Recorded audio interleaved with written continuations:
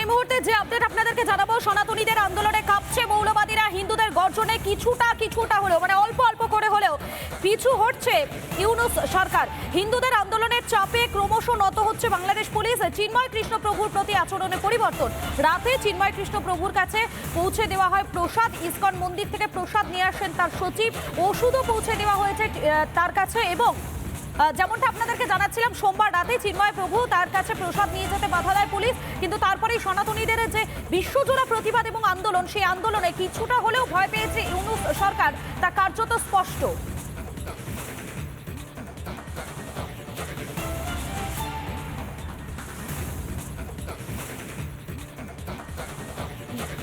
আমি সরাসরি চলে যাবো, আমাদের সঙ্গে নিউজ রুম থেকে রয়েছেন আমাদের প্রতিনিধি কিশলয় রয়েছেন। কিশলয়, সোমবার রাতে একটা ছবি আমরা দেখেছিলাম, সোমবার রাতে একটা অভিযোগ আমরা শুনেছিলাম যে চিন্ময় কৃষ্ণ প্রভুর কাছে খাবার, অর্থাৎ তিনি যে প্রসাদ গ্রহণ করেন সেই প্রসাদ পৌঁছতে দেয়নি বাংলাদেশের পুলিশ।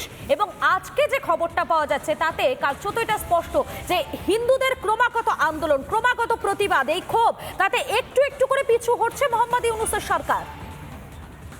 একদমই মনে করে দেখো, প্রথমবার মধুকল্পিতা যখন তাকে নিয়ে যাওয়া হয় টেনে হিচড়ে একটি গাড়ির মধ্যে পোড়া হয়, সেই গাড়িতে করে নিয়ে গিয়ে তাকে রাখা হয় ডিবি অফিসে ঢাকায়। গোটা রাত্রি তাকে প্রসাদ পেতে দেওয়া হয়নি, প্রসাদ পৌঁছে দিতে দেওয়া হয়নি, তার কাছে ওষুধ পৌঁছে দিতে দেওয়া হয়নি। সকালবেলা এক বাটি মুড়ি আর একটা কলা দেওয়া হয়েছিল, অর্থাৎ এক প্রকার মানসিক এবং শারীরিক নির্যাতন অত্যাচার করা হয়েছিল। কিন্তু হিন্দুদের গর্জনে, হিন্দুদের প্রতিবাদে, হিন্দুদের আন্দোলনে যেভাবে রাস্তায় নেমে সিংহের মতো প্রতিবাদ করেছে হিন্দু প্রতিবাদীরা এবং সনাতনীরা এবং ইসকন ভক্তরা, তার ফলে এবার যেন পিছু হটছে ইউনূস সরকার এবং বাংলাদেশি পুলিশও যেন আস্তে আস্তে নরম হয়ে যাচ্ছে। তারা অনুমতি দিল প্রসাদ নিয়ে যাওয়ার, 1 নম্বর। 2 নম্বর, তারা অনুমতি দিল ওষুধ নিয়ে যাওয়ার।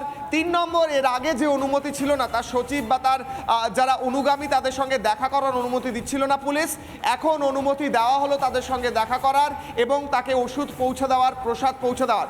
আমরা যে খবর পাচ্ছি, চিন্ময় কৃষ্ণ প্রভুকে গতকাল রাত্রে প্রসাদ পৌঁছে দিতে দেওয়া হয়েছে এবং তার অনুগামীরা, তার সচিব ইসকন মন্দির থেকে, নিকটবর্তী ইসকন মন্দির থেকে চট্টগ্রামের, সেখান থেকে প্রসাদ নিয়ে আসেন।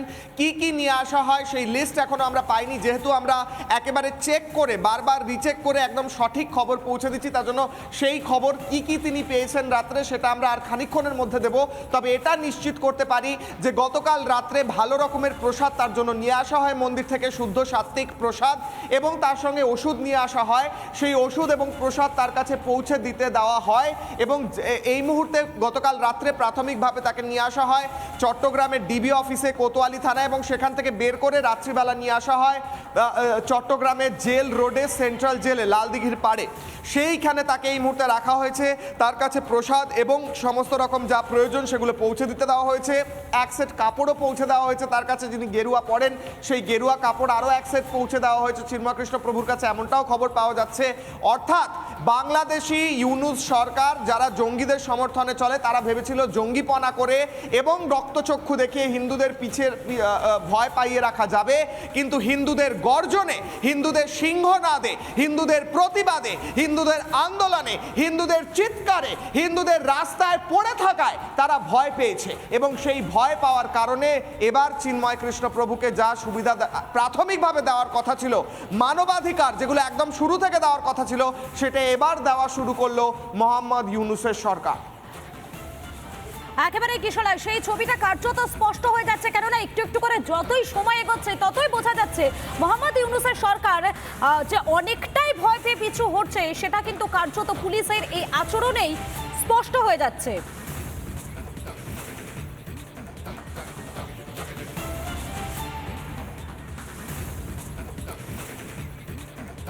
আমি আরো একবার সরাসরি কিশলয়ের কাছে চলে যাবো। কিশলয়, এই যে হিন্দুদের আন্দোলন, যে আন্দোলনে ক্রমশ চাপে নত হচ্ছে বাংলাদেশ পুলিশ, তাতে কিন্তু কার্যত একটা বার্তা স্পষ্ট, হিন্দুরা, সনাতনী হিন্দুরা, তারা বাংলাদেশের মাটি আঁকড়ে লড়াইটা করে যাওয়ার যে বার্তা, সেটা কিন্তু কার্যত তারা দিয়েই চলেছেন এবং তার ফলস্বরূপই বাংলাদেশ পুলিশের এই নরম সুর।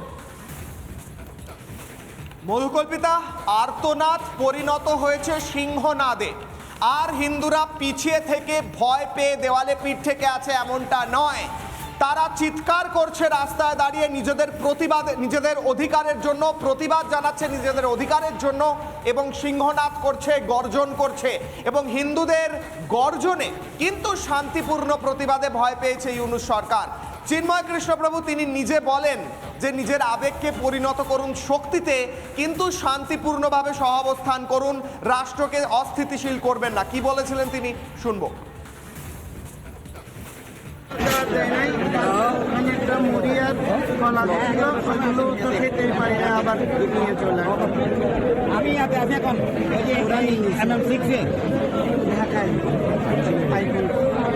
আপনি মনোবল শক্ত রাখবেন। আমার অনুরোধ হচ্ছে সবার কাছে, আপনারা অনেক কষ্ট করেছেন সনাতনী সমাজের জন্য, সবাই মিলে অন্তত আমাদের কর্মসূচিগুলো যেন অবশ্যই দেবো। রাষ্ট্র এবং সরকারের বিরুদ্ধে নয়, 5ই আগস্টের অভ্যুত্থানের যে নতুন আশা করা হয়েছে, আমরা সনাতনীরা তার অংশীদার। সুতরাং রাষ্ট্র অস্থিতিশীল হয় এবং শান্তিপূর্ণ সহাবস্থান নষ্ট হয়, আমরা এরকম কিছু করবো না। আবেগকে সংযত করে, আবেগকে শক্তিতে পরিণত করে শান্তিপূর্ণ আন্দোলন করবেন। এবং আমাদের 8 দফা দাবি মৌলিক দাবি, এটা অযৌক্তিক দাবি নয়, এটা পরিপূরণ না হওয়া পর্যন্ত আপনারা আন্দোলন চালাবেন। কিন্তু দয়া করে রাষ্ট্রের স্থিতিশীলতা এবং পরস্পরের সৌহার্দ্যপূর্ণ অবস্থান, এটাকে গুরুত্ব প্রদান করবেন, এটা আমি আপনাদের সবার কাছে আশা করছি।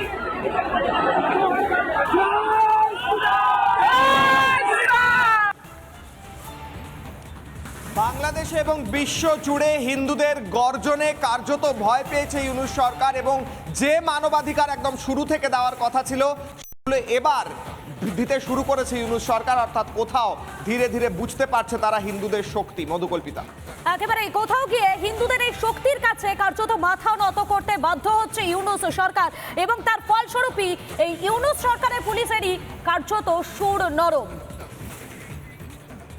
নানা ধরনের কন্টেন্ট দেখার জন্য লাইক করুন, শেয়ার করুন আমাদের ফেসবুক পেজ, সাবস্ক্রাইব করুন আমাদের ইউটিউব চ্যানেল। পাশাপাশি অন্যান্য ব্রেকিং নিউজের জন্য অবশ্যই চোখ রাখুন রিপাবলিক বাংলায়।